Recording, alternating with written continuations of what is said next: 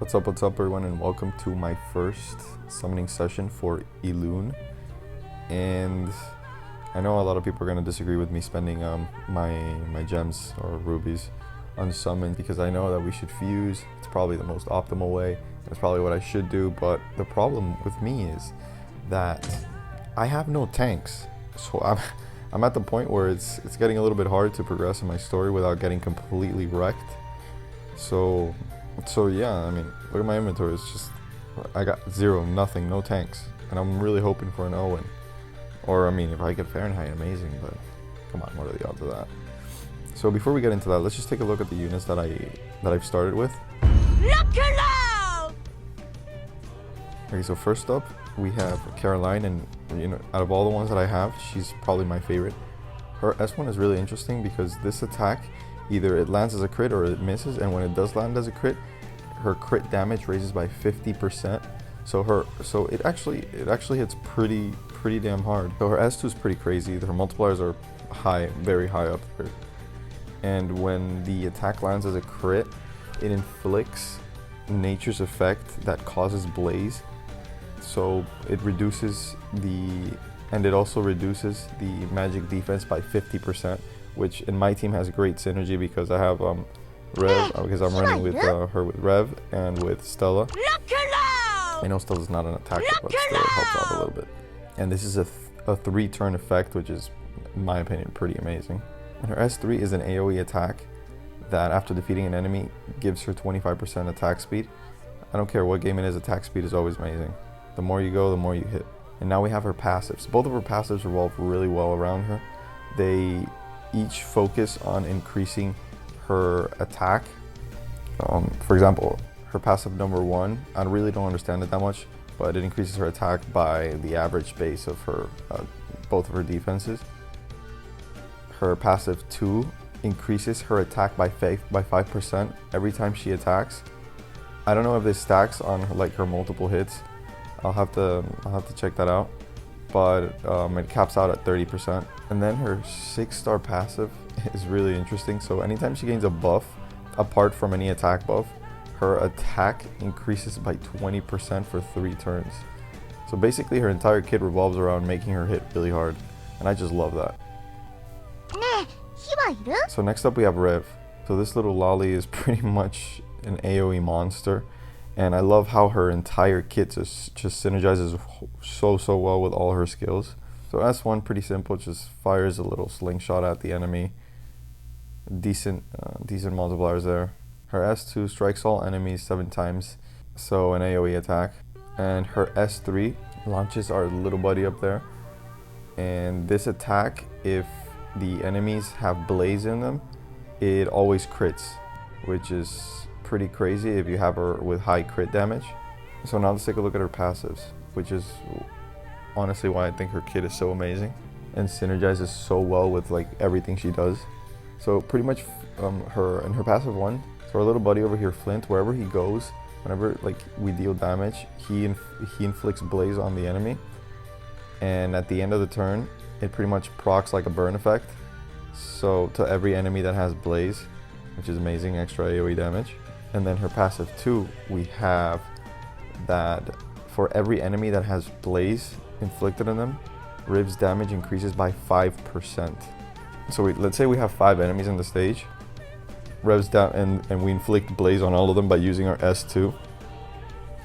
So now Reve has a 25% extra damage. So when we use her S3, which has a pretty decent multiplier, and it literally will always crit, it's just insane damage. Pretty much why she's the best farmer in the game. Her AoE is crazy. And if that wasn't enough, like look at her passive, look at her 6-star passive. So whenever an enemy inflicted with blaze dies, which literally you'll always have one, her attack increases by 30% for 2 turns and grants 1 soul for each enemy that was defeated while afflicted with blaze. So apart from all the crazy AoE damage, she adds a little bit of support to the team by adding, by granting 1 soul per enemy that's defeated, because pretty much anybody's gonna have blaze on if she's around. Now we have McCarthy. I'm not gonna talk too much about his kit, but pretty much his S2 is what stands out to me a little bit the most, and that is because of the effect that it has of reducing all healing received by 50% and the chance to cause stun for 2 turns. And this is an AoE skill, so it hits everybody. And also his S3 is not bad. It's an AoE that reduces the physical defense and magic defense of an enemy by 20% for 3 turns. It's not that much, but it helps. Now his passive 1 basically covers his ammo with the ability to reduce the healing by reduce all healing received by 50% for 3 turns.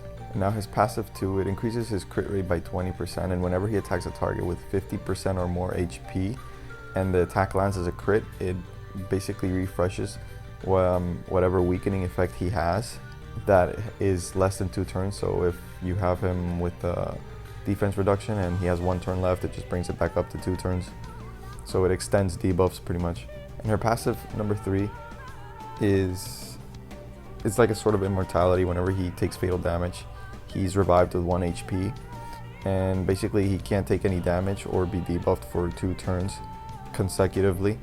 So I'm guessing on his next turn, you know, after he goes, then he'll be able to die again. So looking at his entire kit, for PvE right now, I don't find him very useful, so he would be the first one I'd replace once I get a tank.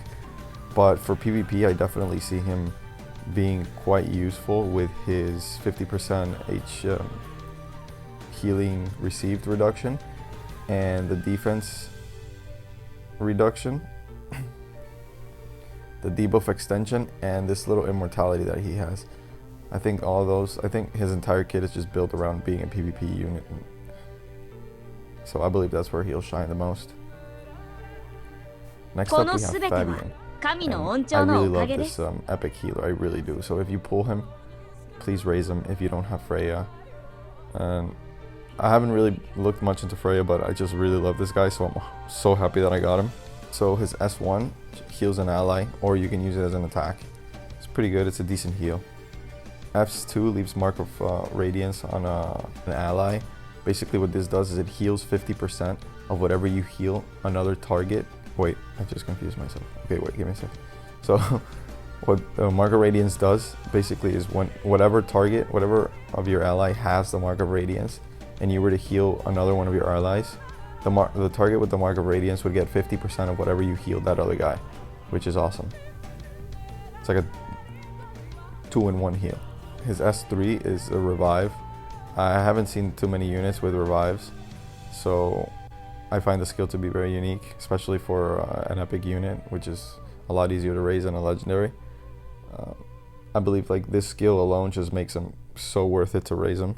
It's insane. All of his passives are pretty good. I feel they work really well in both PvP and PvE. So his passive 1 basically heals all allies at the beginning of his turn. So every time it's his turn, he will heal all allies. Not by much, but it helps. His S2, as long as he's alive, all of your allies will have increased weakening resistance, which is again amazing for both PvE and PvP. And his 6-star passive, another sort of immortality skill.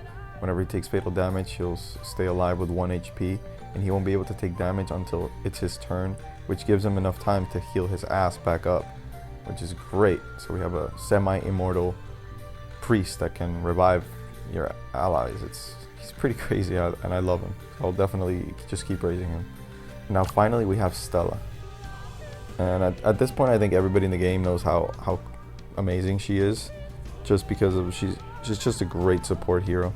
She brings buff extension, barriers, and a little bit of damage to the team. So her S1 pretty standard, just attacks the enemy, it's just an attack, single target.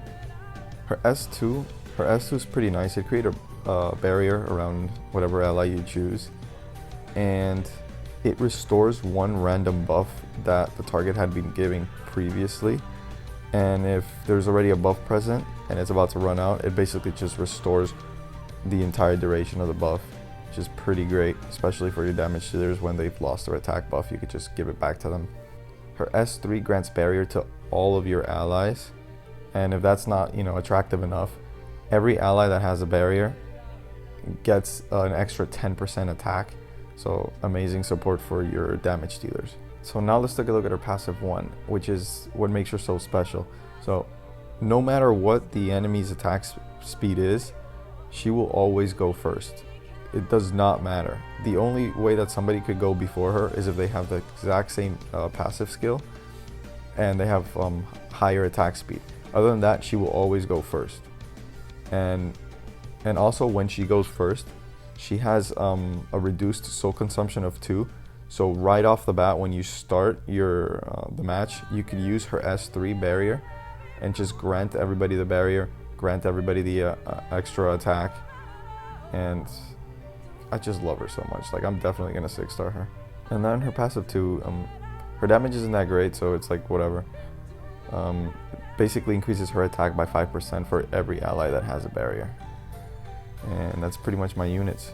So if you have any suggestions on who I should raise from here, even though it doesn't really look like anybody would be that good. Maybe this girl. Alright, whatever, let's go.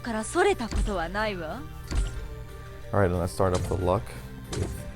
Let's warm up with our free summon, and it's a rare. Like the Oompa Loompa Loompa Dee Doo. How you doing, Mr. Dwarf? Goodbye. Reminds me of the guy from World of Warcraft, the dwarf race. Alright, here we go. Please, please, Owen, please a tank. Oh, legendary.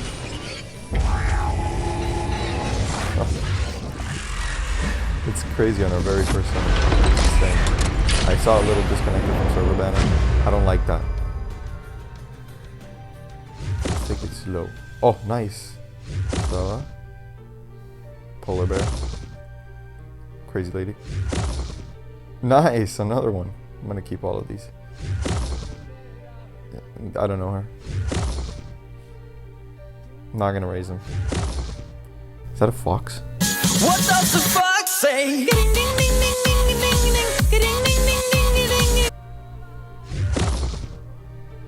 Is this twin brother?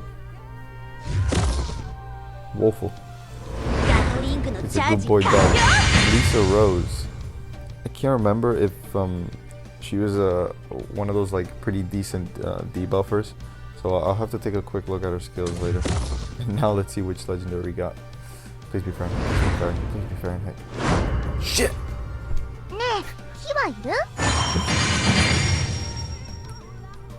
While I was re-rolling, I got Reve at least 15 times. Like, she's the most... I feel like she's gonna be the first one that I'm gonna get to like +6 after I 6-star her. Alright, let's go again. Come on guys, I really want to tank and I don't want to spend all my units. Please be Owen, please be Owen. Alright, I'm just gonna go quickly through these. Oh, nice, a penguin. I love penguins.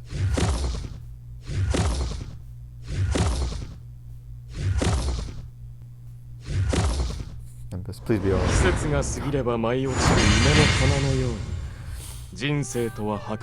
But I don't know about this guy, but I have really no interest in raising him. I don't know, I just don't like him. I don't like his face, so I'm not gonna raise him, okay? Let's do one more. Oh, nice, 3 epics. These. And what they got? Don't know, don't care, don't like his design. Oh, come on. You freaking douche, I just told you I don't even like you. Swear to God, this guy pops up. From what I've heard, she's a pretty decent damage dealer. But again, I'm looking for a tank, so no good for me. I think this is my, yeah, this is my last one. Please give me a tank. Please, Owen. Another 3 epics. Please, Owen, please, Owen, please, Owen. Please.